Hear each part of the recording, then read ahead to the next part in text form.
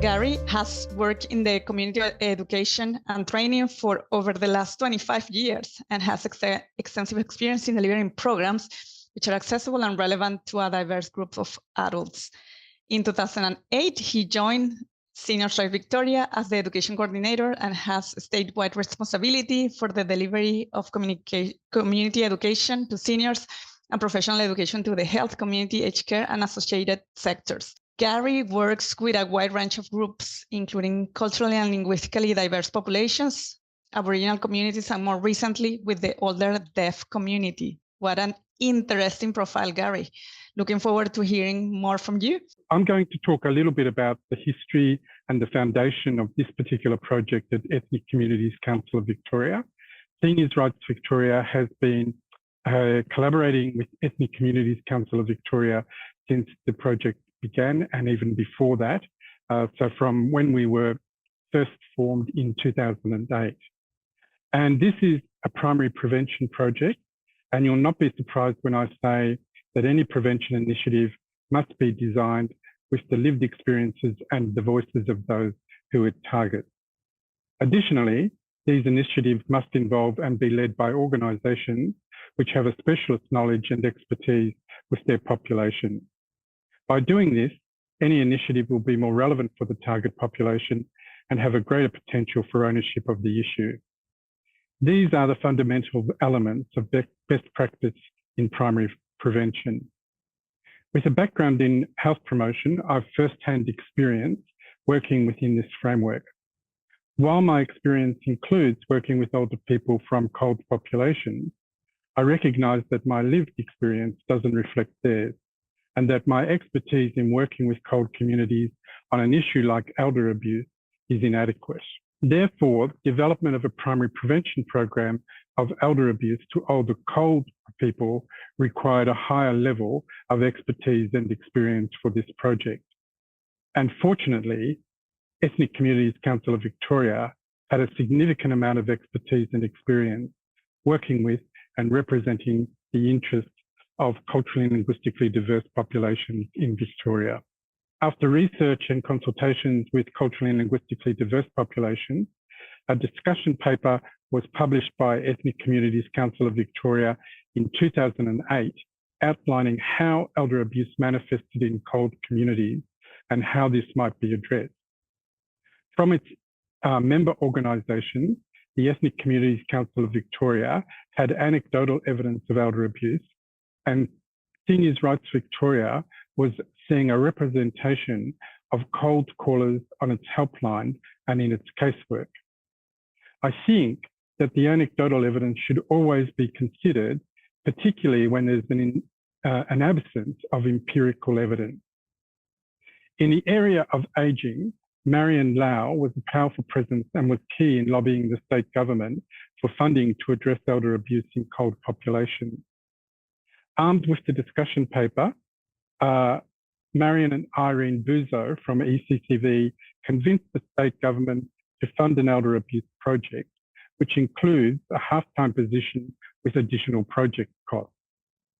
There has been no significant funding, increase in funding for this project from when it was first established in 2010, and yet its achievements have been monumental. Before I move on to the model, let me just define elder abuse so we're all on the same page. So in the context of the work that we do at Seniors Rights Victoria, and also within the project that is at Ethnic Communities Council of Victoria, elder abuse is any mistreatment or abuse of an older person that usually is committed by or perpetrated by someone with whom they have a relationship of trust. And that relationship of trust is usually going to be within a family violence context. From the final report that was published in 2021 of the National Elder Abuse Prevalence Study by the Australian Institute of Family Studies, what they found in the 7,000 people that they surveyed was that 1 in 6 of those surveyed had experienced some form of elder abuse in the previous year. There was a slightly higher prevalence for the culturally and linguistically diverse subpopulation in this study. However, overall, the findings were similar for the cold respondents as well. Now, it's important to remember that abuse can range from what we might consider minor actions through to quite extreme and severe outcomes for the older person. However, the trauma and the stress that it can cause an older person, regardless of how we define it, is quite significant. So what were the first steps in this project? So having received the funding from what was then the Office of Senior Victorians, who had the responsibility of its management and the deliverables of the whole of government approach to responding to elder abuse, they requested firstly that this elder abuse project talk to every culturally and linguistically diverse group of seniors throughout Victoria. In my view, an unrealistic expectation and one that was about ticking boxes and not much more. The view that at Seniors' Rights Victoria and shared by the Ethnic Communities Council was to develop a model which piloted a prevention program with 2 culturally and linguistically diverse communities each year. A model that would work intensely with these 2 communities over 12 months to identify the types of abuse or mistreatment that were relevant for the population, ways to raise awareness, build capacity, and prevent elder abuse from occurring. A steering committee was convened as part of the funding agreement.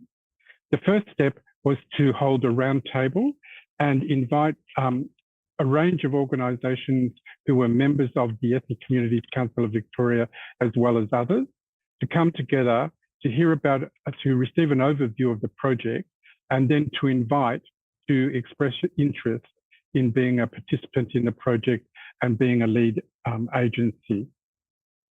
The roundtable had about 40 to 50 organisations attend, and the interest was very high in the project. And as a result of that, we got several expressions of interest. And in the first year, what we decided to do was to work with 2 lead organisations who were fairly big organisations within the culturally and linguistically diverse community.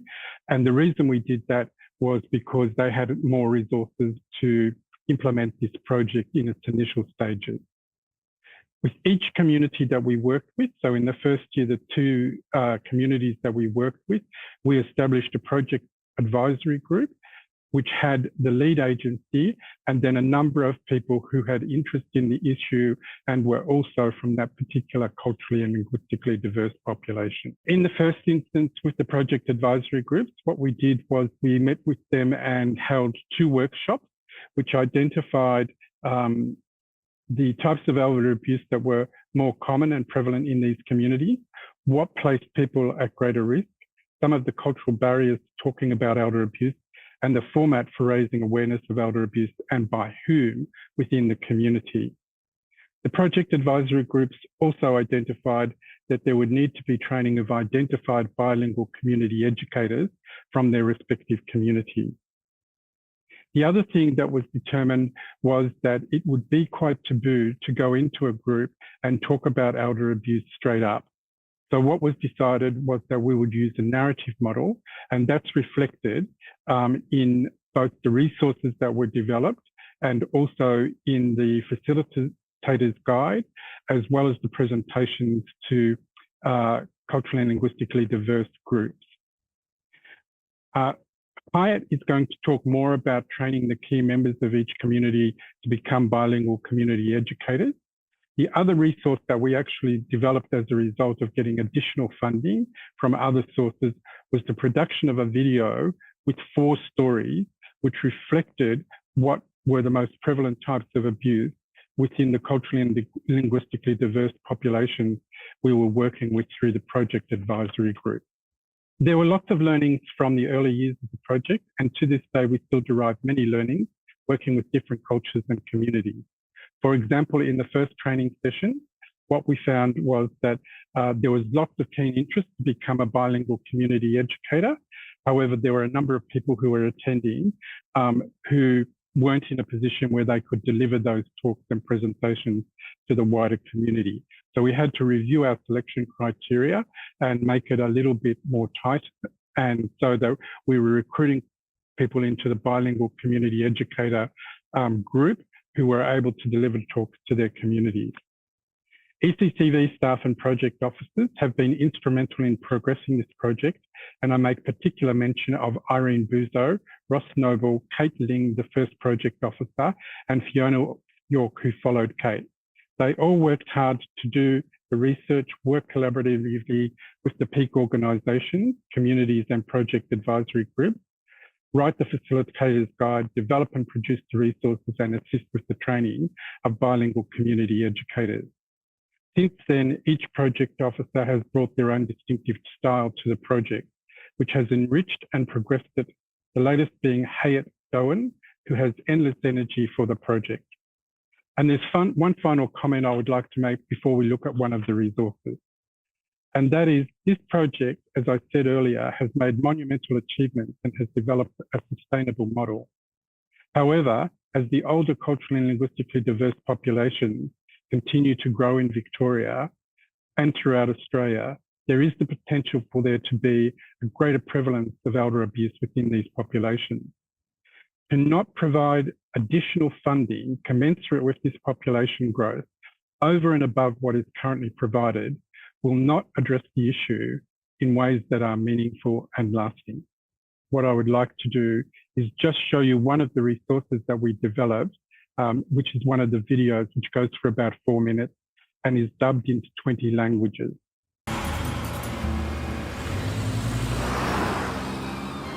What, she's driving Formula One? Give your mother a hand, Alex. It's too much for her. I'm fine, Alex. She's fine, Dad.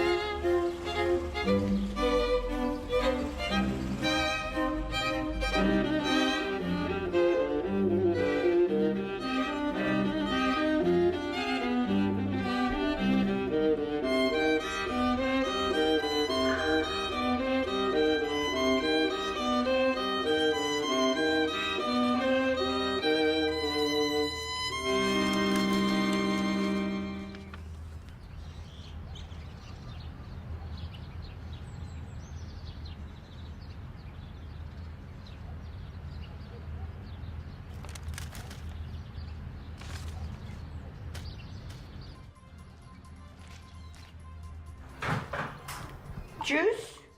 That'd be good, yep. Nick? Nick? Juice? Mm-hmm.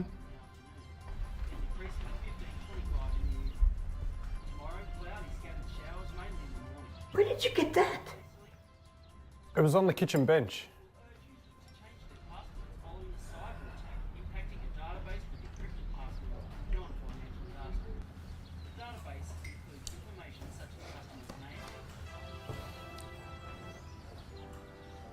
What's up, boy? Nothing. It's just that the people at the banks are idiots. They're so rude. They won't even tell me why we're paying so much interest. Don't worry, son. All banks are like that. They said you need to sign this. I don't even know what it's for. A better rate or something.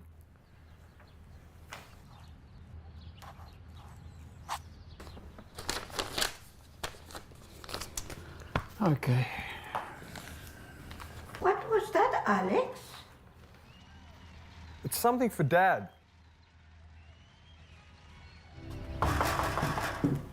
It's all right, Mum, I'll get it. I get it, Alex. Hello? Hello there. This is a courtesy visit. I'm a contractor hired to chase up some bills which you may have neglected to pay. Bills? What bills? It's all right, Mum. I'll sort it out. We haven't paid the bills? There are a number of outstanding bills which have to be paid. Number of bills? Alex?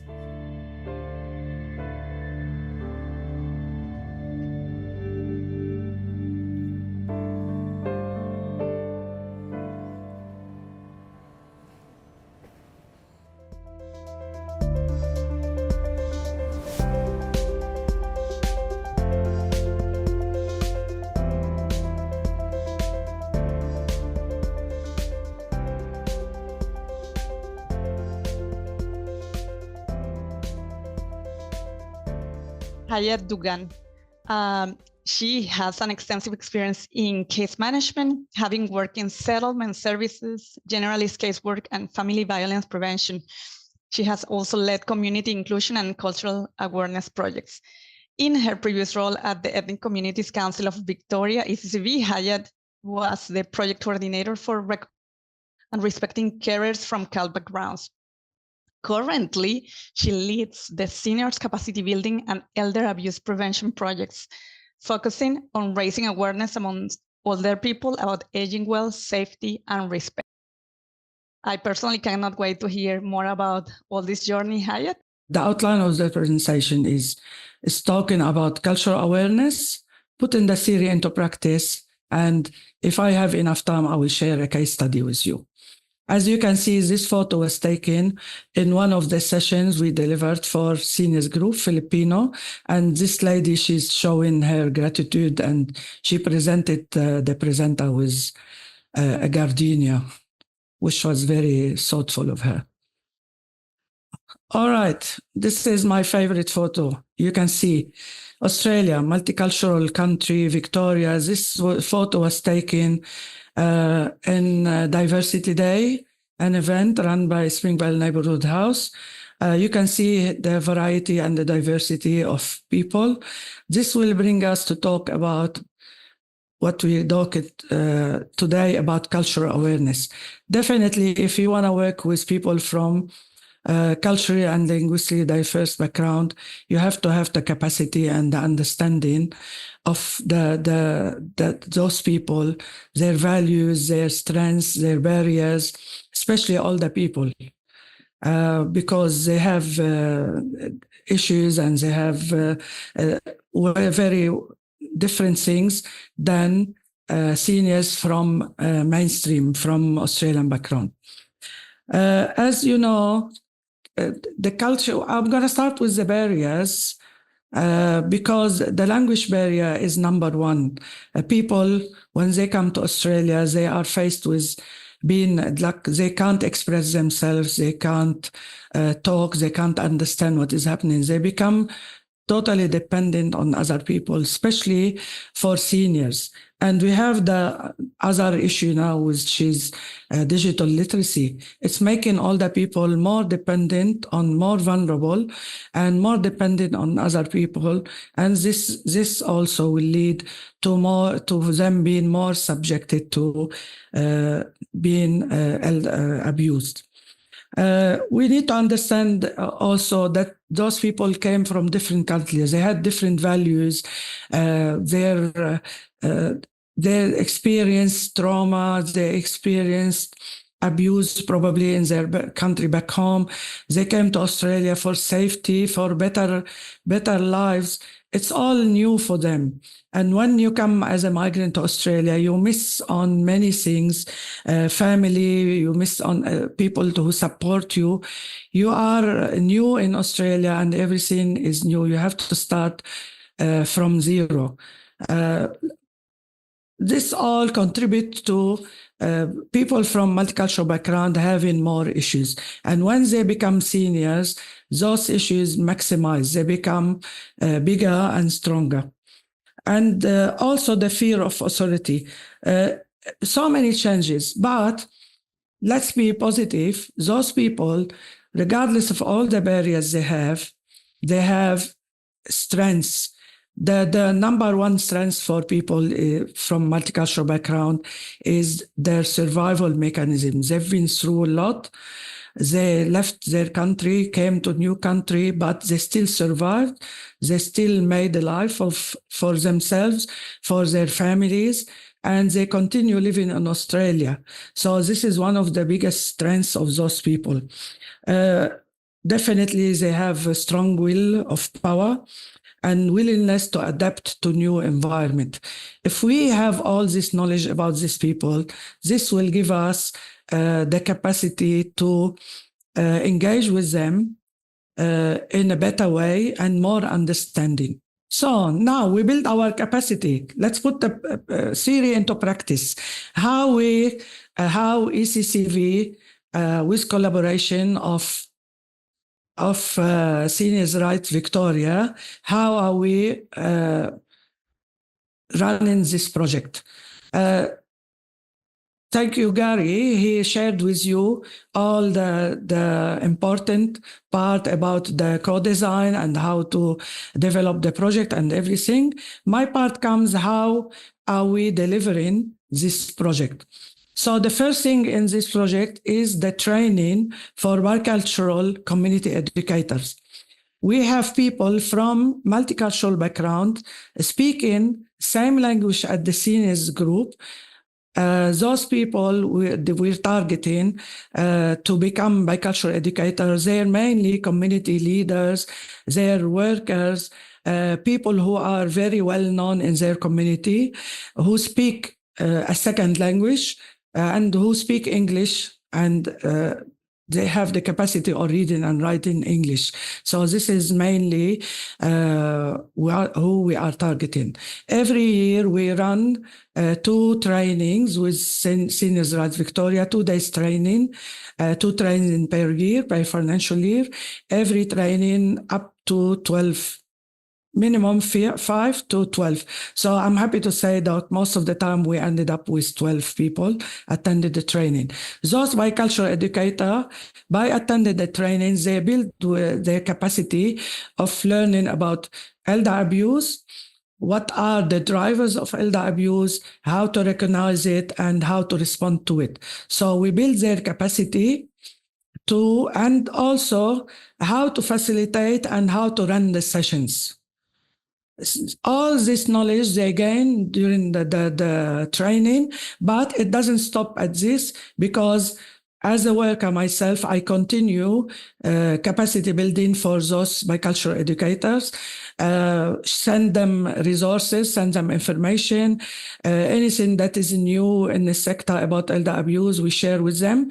And also we run 2 community of practice sessions every year for those bicultural educators.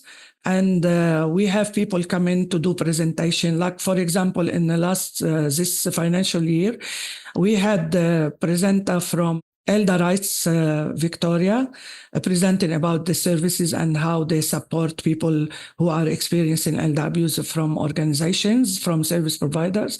We have financial counseling also delivered the session. So this is the type of capacity building that we try to give the bicultural educators in those 2 meetings. Also, every bicultural educator, when they organize a session, or when I organize a session for them, I have a meeting with them before the session, go through the slides of the elder abuse presentation, answer the questions, give them support, provide them with all the resources they need.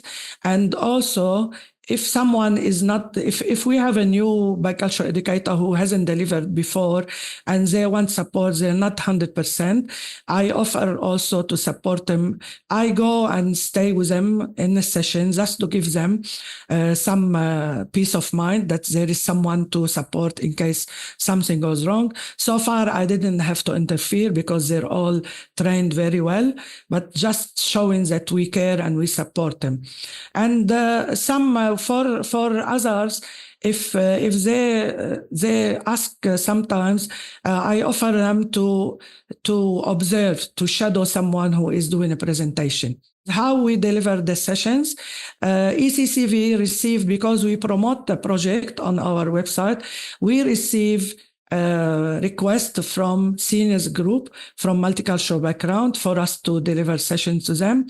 Also, in my project as a capacity building for seniors, I engage with seniors from diverse background, and I offer them information session about elder abuse.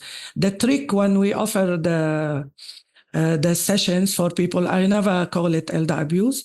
I call it dignity and respect. It's more appealing and nicer for people, because you don't want to scare people telling them. It's the same with family violence. When I worked with family violence prevention, we never called it family violence information session. We called it healthy relationships. So by changing the title, you have more people interested in attending, and they're not scared. And those people who are also against it, or who are in denial, they don't know what we're going to talk about. So it is more appealing for people to attend.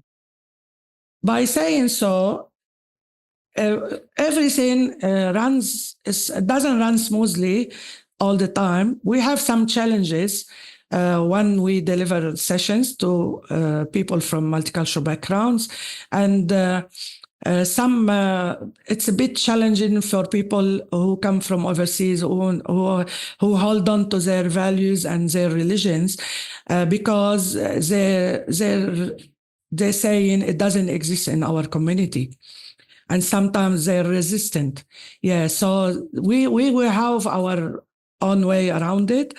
And also some older people, they want to have fun, they don't want to listen to information session.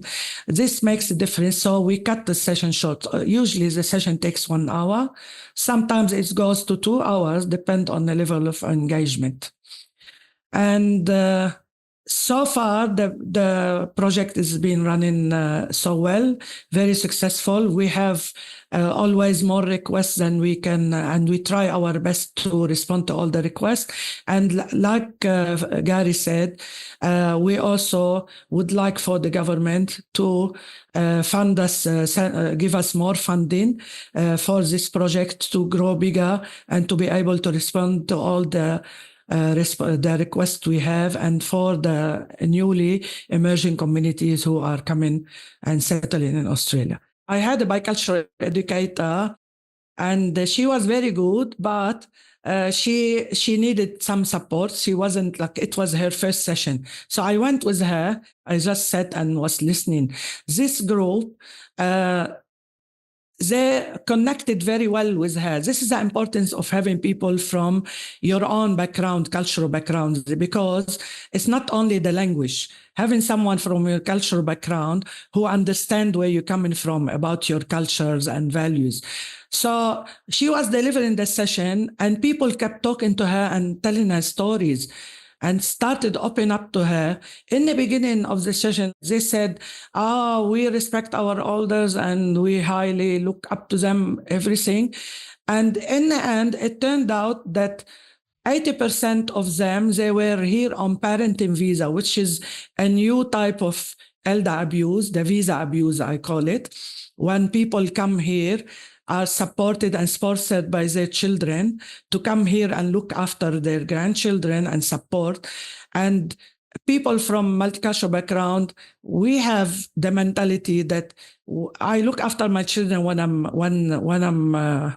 they're young. When I'm old, they will look after me. This is like something common. So those parents, they came to Australia, they support their children, they sold their homes sometimes, came to Australia, brought everything there, and they gave to their children, understanding that my children will look after me until I die. What happened? Those children, they use their parents, and after when they start abusing them verbally, or I'm supporting you don't help, you're making my life harder, all these things, and threaten them to send them back overseas. If you don't like it, if you complain, if you tell anyone, you're gonna go, I'll send you back, I'll cancel your visa and send you back. So at the end of we had two person disclosing about elder abuse. And one man, old man, he wrote a poem and he stood up and shared the poem with everyone. And he was crying because he was telling the story how he looked after his children and treated them well. And now they don't want to deal with him. They're not treating him good. So it was very emotional. And the good outcome of the session, those people were happy to get support and to seek help. And I think it's really amazing, Gary and Hayat, that you worked for such a long time together so collaboratively as individuals, but also as organizations, because it's a really important topic, and how you co-designed that program with communities, developed it with communities. You were talking a bit about that before, Hayat, in terms of the messaging. You were saying the Greek community, people talk about dignity and respect. They're not using the term elder abuse. Can you share any further insights with us in terms of tailoring the messages to each community? What are sort of your learnings? How did you do that? How you customized the different messages to each community? In every session, I go with the flow, depending on the community we're delivering. Some communities are more resistant to talk about it and to share information about their communities.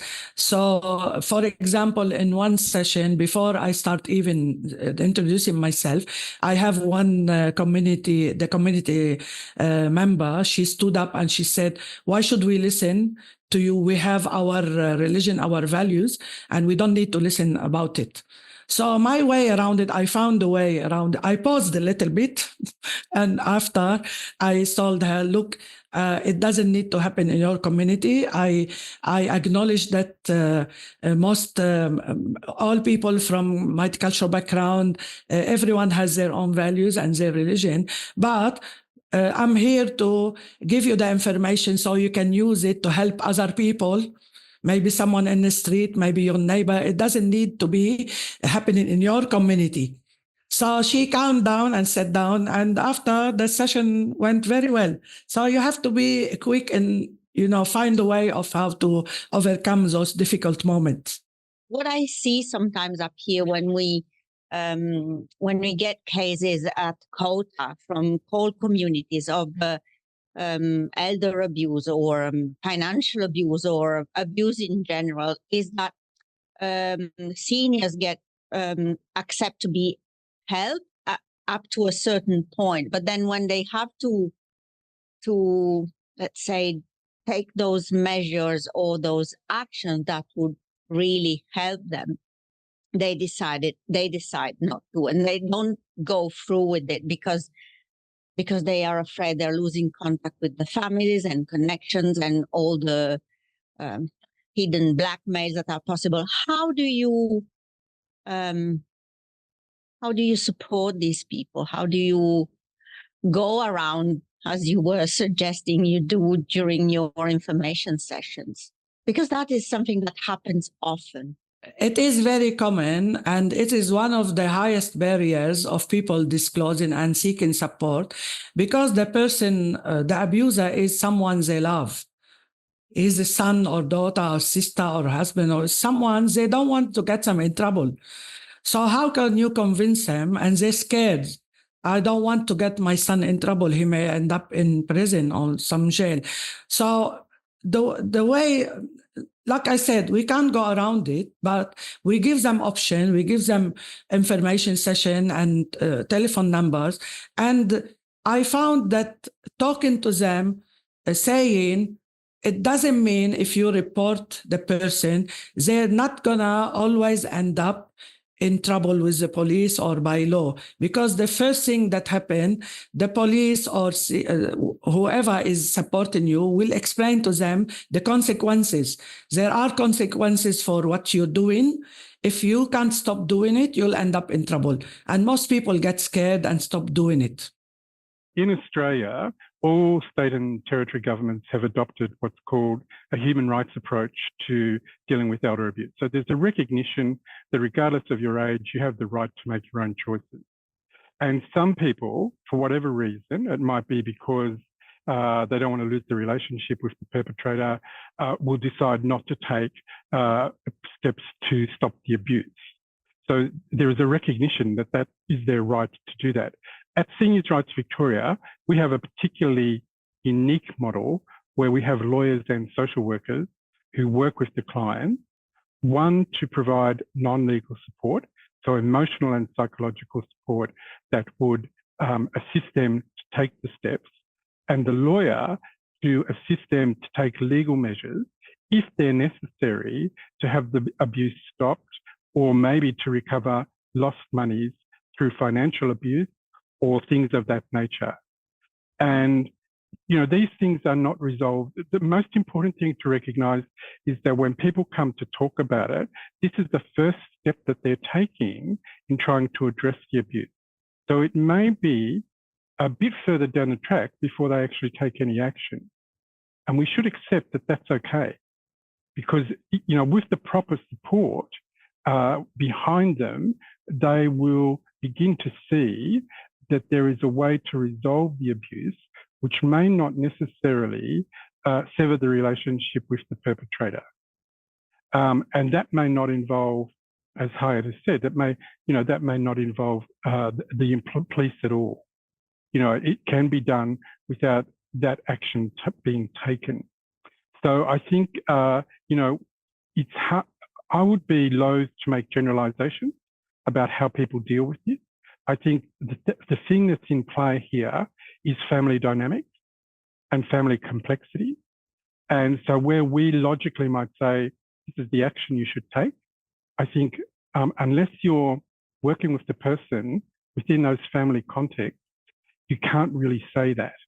You have to understand what perspective they have on it and then work to, you know, to formulate some options for them which will meet their needs as well as stop the abuse. Would you like to make any quick closing comments, Hayat and Gary? Look, I think it's really important when you know, like I said it when Magda introduced me at the beginning, that I work with different organisations, you know, most recently with the deaf community in Victoria. You cannot take one model of working with the population and transfer it into another population and think that that will fix the situation. You have to go through the co-design process, the consultations, the lived experience of people, so that you can actually develop an approach in prevention that addresses those needs. That's what we've done with the culturally and linguistically diverse community in Victoria and what we continue to do.